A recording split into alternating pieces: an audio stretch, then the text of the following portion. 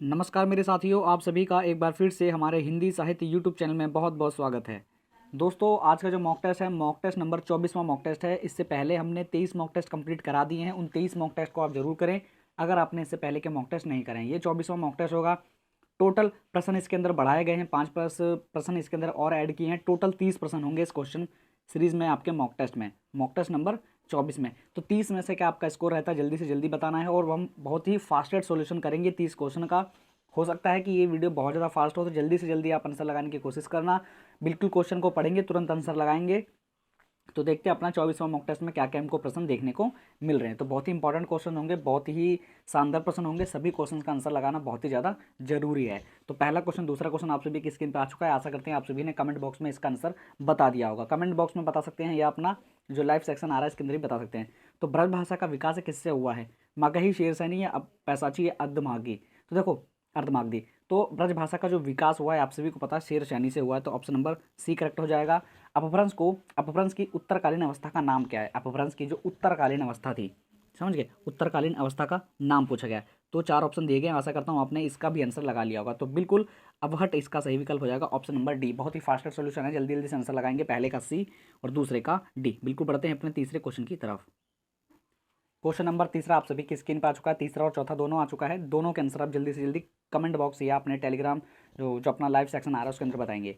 अपभ्रंश में कुल कितने स्वर हैं? 8, 10, 12, 9। तो अपभ्रंश में कितने स्वर हैं ये बताने हैं। और मगही किस हिंदी प्रदेश की बोली जाती है? किस हिंदी प्रदेश की बोली है ये बताना है।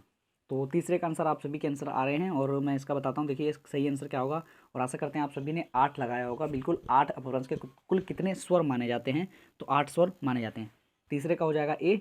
और मगही किस हिंदी प्रदेश की बोली है? तो मगही को आपको याद रखना है बिहारी की है। तो ऑप्शन नंबर बी सही विकल्प हो जाएगा। तो ऐसे आपको क्वेश्चन लगाने हैं और लाइव सेक्शन में जल्दी से जल्दी कमेंट करिए। और 30 में से क्या आपके प्रश्न सही होते हैं वो जरूर बताना। वीडियो को पूरी वॉच जरूर करा करो। इससे पहले के मॉक टेस्ट सभी के सभी मॉक टेस्ट जरूर कर लो। और इनको अगर आपने कर लिया है तो लास्ट ईयर की भी प्रश्न लगा लो, क्योंकि उन सभी को अगर आप कर लोगे तो बहुत आपको एकदम अपार सफलता मिल जाएगी आपके एंट्रेंस एग्जाम तक। तो बढ़ते हैं अपने नेक्स्ट क्वेश्चन की तरफ। क्वेश्चन नंबर 5 और क्वेश्चन नंबर 6 आप सभी की स्क्रीन पर आ चुका है। पांचवा क्वेश्चन है, भाषाओं के पारिवारिक वर्गीकरण के आधार है का जो भाषाओं का पारिवारिक वर्गीकरण का आधार क्या है? रूप, रचना, इतिहास, ध्वनि या अर्थ? तो मैं आशा करता हूँ आप सभी इसका सही विकल्प बता रहे होंगे। तो पांचवे का सही विकल्प जाएगा इतिहास। भाषाओं के जो पारिवारिक वर्गीकरण का जो आधार माना गया था वो इतिहास माना गया था। तो सी ऑप्शन ठीक होगा बिल्कुल। छठे में बताइए क्या होगा ऑप्शन। पुष्पदंत किस शताब्दी के कवि हैं? तो पुष्पदंत जी जो हैं वो किस शताब्दी के कवि हैं? बिल्कुल 8वीं, 10वीं, 7वीं या 11वीं? तो पुष्पदंत जी से क्वेश्चन निकल के आ रहा है। तो छठे का हमारा सही हो जाएगा 10वीं शताब्दी, ऑप्शन नंबर सी। और पांचवे का ऑप्शन नंबर सी। तो दोनों का सी हो जाएगा। जिसने भी पांचवे का सी, छठे का सी बताया तो बिल्कुल करेक्ट आंसर हो जाएंगे। देखते रहना, अपने नोट डाउन करते रहना कि कितने ठीक हो रहे हैं 30 में से। ये नोट डाउन जरूर करना, क्योंकि आपकी तैयारी हो रही है।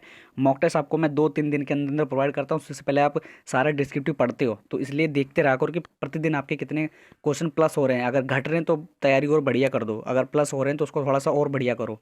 क्योंकि डेली टू डेली अगर आपके 22 क्वेश्चन ठीक हो रहे हैं, 30 क्वेश्चन ठीक हो रहे हैं, 15 क्वेश्चन ठीक हो रहे हैं, तो डेली टू डेली अप होना चाहिए, डाउन नहीं होना चाहिए। अभी से बता दिया मैंने। तो 7वां क्वेश्चन देखते हैं।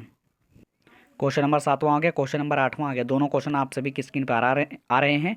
सही से विकल्प का चयन करना। दोहा कोश किसकी रचना है? और जो 8वें में दिया है कि ये पूछा कि जो काव्यक्ति है ये किसकी है, कौन सी काव्यक्ति के कवि कौन है? समझ गए, किसकी काव्यक्ति है? तो दोहा कोश का बताइए सबसे पहले क्या होगा। तो बिल्कुल बिल्कुल बिल्कुल बिल्कुल हम आपको बताते हैं, शराबा हो जाएगा। ऑप्शन नंबर बी सही है, करेक्ट आंसर बी हो जाएगा। जिसने 7वें का बी लगाया तो बिल्कुल करेक्ट लगा देना, अपने नोट डाउन कर लेना कि हमारा 7वें का क्वेश्चन बी सही हो गया। 8वें में याद रख लो, बिल्कुल 8वें में जो हमारा ठीक हो जाएगा विकल्प वो भिखारी दास जी हो जाएगा, भिखारी दास जी। तो याद रखना, समझ। सुखबिन सुकम जो आया था ना, ये बहुत ही इंपॉर्टेंट है, समझ गए। तो ये हमारा डी हैगा, भिखारी दास। ये बहुत इंपॉर्टेंट क्वेश्चन है और हम ट्रिक से याद रख लेते हैं। जैसे कि बहुलोक की बातें जो कि बहुत बातें करते हैं भिखारी दास जी, भिखारी दास जी। तो ऐसे ट्रिक लगा के याद कर लो, जो भी क्वेश्चन आएगा इंपॉर्टेंट होगा आप सभी के लिए। तो 8वें का ऑप्शन नंबर डी यहाँ ठीक हो जाता है और यहाँ पर ऑप्शन नंबर बी हो जाता है। तो 7वें का बी और 8वें का डी। तो इस हिसाब से जिसने लगाया तो ऐसे ऐसे अपना टिक करते चले जाना, समझ गए। तो 9वां क्वेश्चन देखते हैं फिर। क्वेश्चन नंबर 9वां, क्वेश्चन नंबर 10वां, दोनों स्क्रीन पे आ चुके हैं। दोनों के आंसर सही से बताना। करेक्ट आंसर आपसे मैं चाहता हूँ। तो इन काव्य पंक्तियों के कवि बताने 9वें क्वेश्चन में, और देव कवि की रचना किसकी है, समझ गए, देव कवि जो है किसकी रचना है, ये पूछा गया है। देव कवि की रचना है, देव कवि जी जो हैं उनकी रचना पूछी गई इन चारों में से। पढ़ लो, देख लो, और क्या है इसका आंसर है सही से बता दो। तो पहले के जो ऑप्शन है सूरदास, रसखान, कबीरदास, नंददास, ये ऑप्शन नंबर बी में थे। और देव कवि की रचना क्या है, काव्य निर्णय, श्रृंगार निर्णय, रसराज, भावविलास। तो इसका मैं आपको सही बता दूं, देखिए ट्रिक याद रखना, घूमते फिरें, घूमत फिरें, घूमत फिरें जहाँ पे भी आ जाएगा, जैसे कि हमने वहाँ याद रखा कि बहुत बातें करें, बहुत बातें करें, बहुलोक, बहुलोक, बहुत बातें हो गया, तो भिखारी दास हमने वहाँ ट्रिक लगा ली थी। और यहाँ पर घूमत फिरें, घूमत फिरें, तो कौन घूमता फिरा है, एक तो आपको अगर पता होगा इसका आंसर तो आप लगा सकते हैं। वैसे तो मैंने जो ट्रिक याद करी है वो कबीर जी पे याद करी है। तो ऑप्शन नंबर 9 का हमारा बी हो जाएगा बिल्कुल, कबीर दास जी। कबीर, कबीर जी बहुत ज़्यादा घूमते हैं, हर जगह उन्होंने गए हैं, तो कबीर जी से घूमते हैं, तो ऐसे मैंने ट्रिक लगा ली। और अगर आपको पंक्तियों से याद है तो पंक्तियों से आप लगा सकते हैं, 9वें का बी हो जाएगा। और 10वें का मैंने इसमें पूछा आपसे, तो भाव विलास देव कवि की रचना है, तो भाव विलास करेक्ट आंसर डी हो जाएगा, 10वें का डी याद रखना बिल्कुल, ये ऑप्शन हो जाएंगे। अगर इस हिसाब से आपने क्वेश्चन लगाया तो 9 और 10वां दोनों करेक्ट होते हैं आपके। और मैं आशा करता हूँ 30 क्वेश्चन है, 30 में से 25 प्लस हर किसी भाई बहन का आंसर जो जाने चाहिए, समझ गए बिल्कुल। 11वां क्वेश्चन देखते हैं फिर।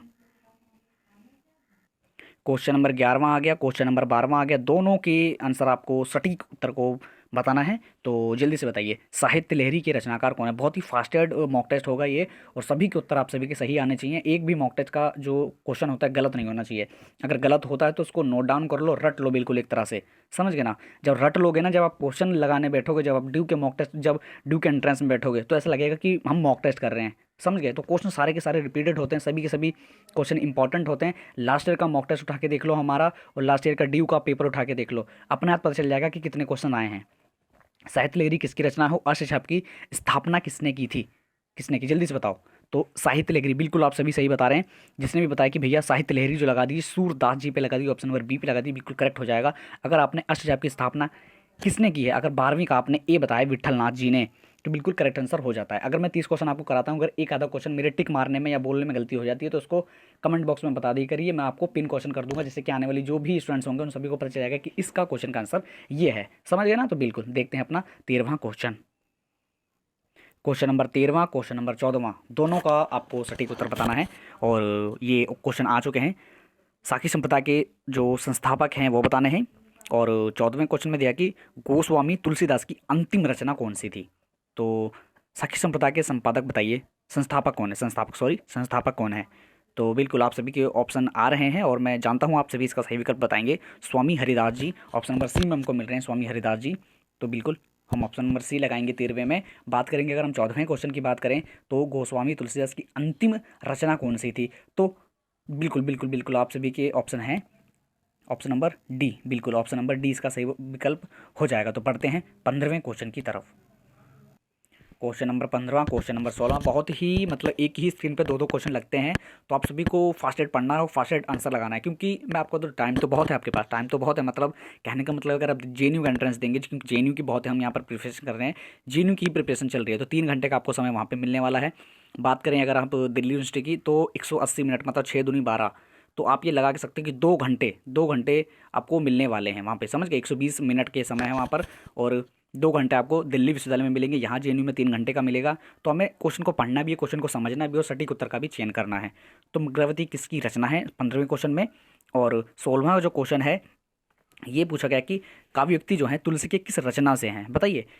दोनों क्वेश्चन आप सभी की स्क्रीन पर आ रहे हैं, और आप सभी से आशा करता हूँ आपने सही विकल्प लगा लिया होगा। तो ऑप्शन नंबर 15वें में कुतुबन लगाया होगा, ऑप्शन नंबर बी लगाया होगा, बिल्कुल सटीक उत्तर हो जाएगा। अगर आपने 16वें में रामचरितमानस पे लगाया होगा कि जो तुलसीदास की जो ये कविक्ति दी हुई हैं ये किस रचना से हैं, तो बिल्कुल रामचरितमानस हैं, याद कर लेना, नहीं याद है तो रट लेना, कॉपी में नोट डाउन कर लेना, बिल्कुल से दिमाग में बैठा लो। अभी से बता रहा हूँ, जो जो क्वेश्चन है इंपॉर्टेंट हैं, 2 से 3 दिन में मॉक टेस्ट आ रहा है, तो यार मेहनत होनी चाहिए, क्वेश्चन लगने चाहिए। ये नहीं कि अगर मैंने एक दिन में अगर मैं 2 मॉक टेस्ट करा रहा हूँ, 2 में से अगर आपका एक भी स्कोर नहीं बढ़ रहा है, 2-3 स्कोर नहीं बढ़ रहे हैं, तो बिल्कुल बहुत ही ख़राब है। बिल्कुल 17वां क्वेश्चन देखते हैं फिर। क्वेश्चन नंबर 17 आप सभी की स्क्रीन पर आ चुका है, और ये पूछा गया कि सप्तशक्ति के विषय में निम्नलिखित कथन किसका है, कथन दिया गया है। तो कथन को पढ़ना, सही उत्तर को चयन करना, और जो सही विकल्प होगा वो मैं आपको बताऊंगा 17वें में। अभिधा उत्तम काव्य है, तो मैं यहाँ से शुरू से ही पकड़ लूंगा इसके अंदर अभिधा उत्तम काव्य है, जो कि 17वें में ऑप्शन नंबर देव कवि पे जाएगा, जिसमें कि सी देव कवि। मैंने तो उसको ऐसे लगा लिया है ट्रिक से, अभिधा उत्तम काव्य, एक उत्तम काव्य का जो रचना करी जाएगी, एक देव ही कर सकते हैं, देवता ही गण कर सकते हैं, तो मैंने देवता गण जो कि देव कवि से लगा लिया। तो 17वें का जो हमारा सही विकल्प होगा ऑप्शन नंबर सी हो जाएगा, बिल्कुल अभिधा उत्तम काव्य है देव कवि। तो इस हिसाब से यहाँ पे ऑप्शन नंबर सी चला जाएगा, और जिसने भी ऑप्शन नंबर सी बताया तो बिल्कुल करेक्ट आंसर हो जाएगा। 18वां क्वेश्चन देखते हैं फिर। क्वेश्चन नंबर 18वां, क्वेश्चन नंबर 19वां, दोनों स्क्रीन पर आ चुके हैं आपके, और आशा करते हैं आप सभी ने इसका विकल्प लगाया होगा। तो बताइए सही विकल्प क्या होगा। निम्नलिखित में से कौन सा मतिराम का ग्रंथ नहीं है।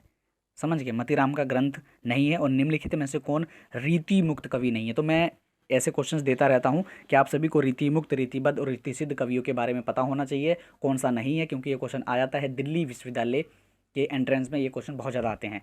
तो 18वां और 19वें में सही विकल्प क्या होगा, मैं आपसे करता हूँ आप सभी से इसका ऑप्शन लगा लिया होगा। तो 18वें में ऑप्शन जाएगा हमारा डी पे छंदसार, और बात करें कि ऑप्शन नंबर बी में कौन सा जाएगा, तो बी में बिल्कुल बिल्कुल बताइए बिल्कुल ठीक है आपका पद्माकर।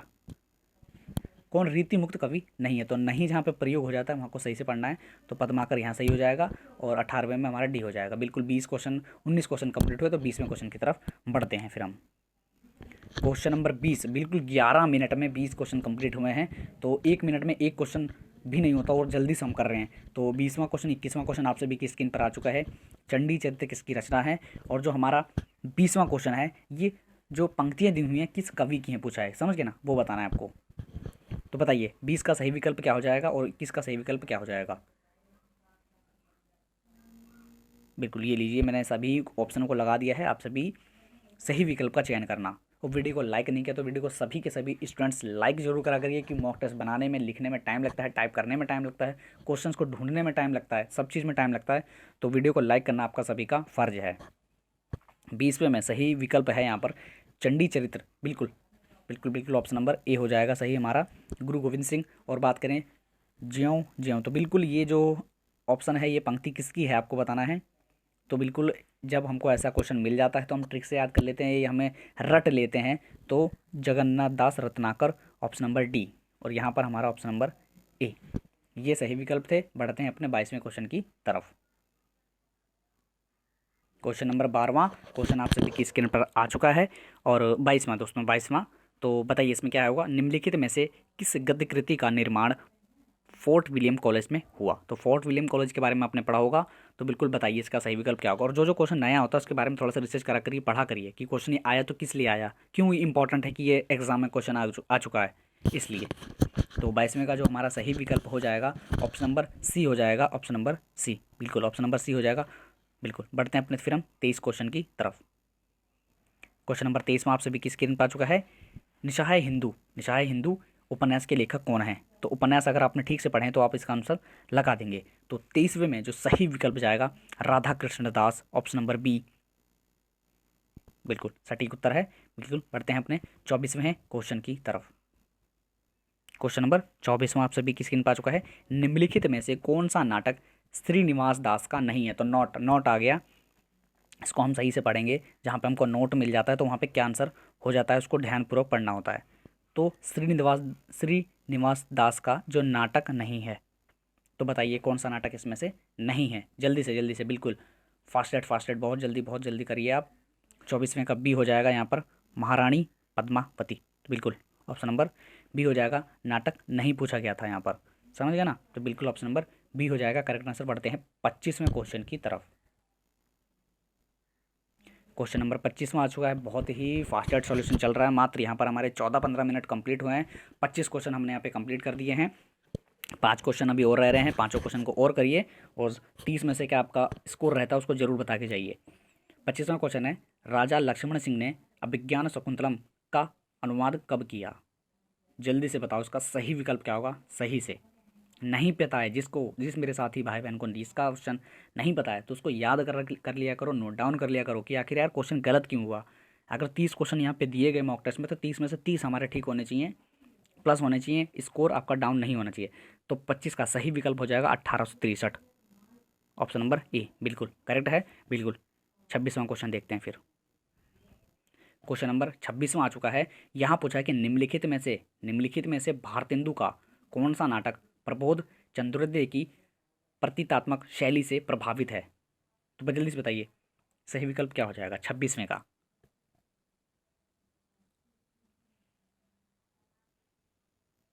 और यहाँ जो हमारा सही विकल्प जाता है 26 में ऑप्शन नंबर सी जाएगा, बिल्कुल भारत दुर्दशा, ऑप्शन नंबर सी।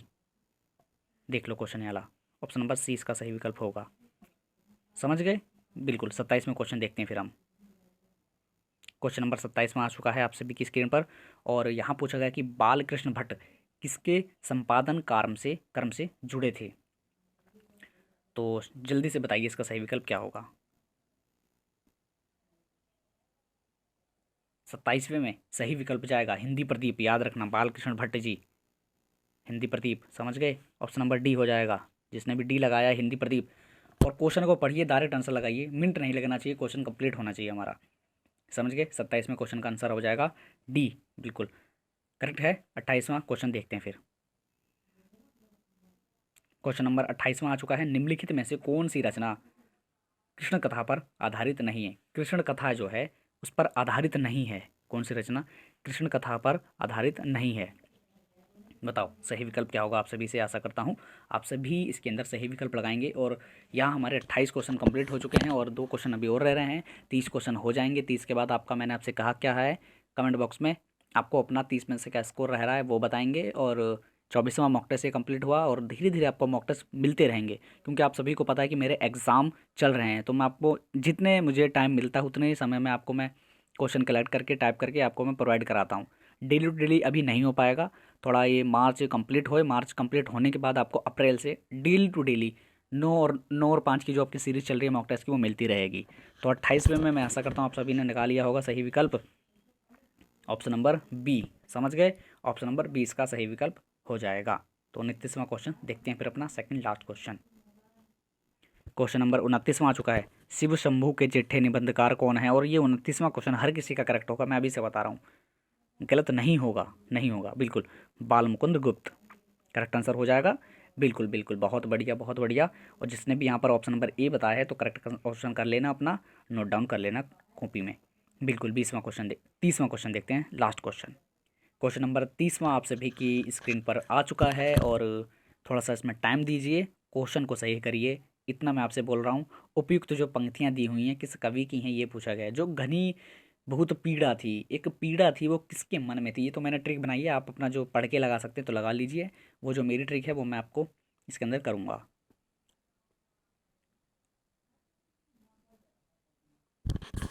बिल्कुल मैंने लगा लिया यहाँ पर, जो ऑप्शन नंबर सी हो जाएगा जयशंकर प्रसाद जी।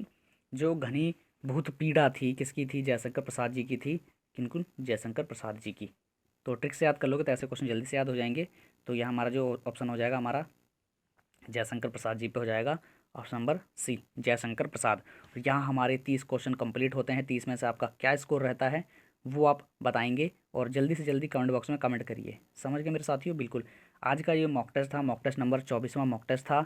और मैंने आप सभी को बताया कि लास्ट ईयर के मॉक टेस्ट जरूर करिए।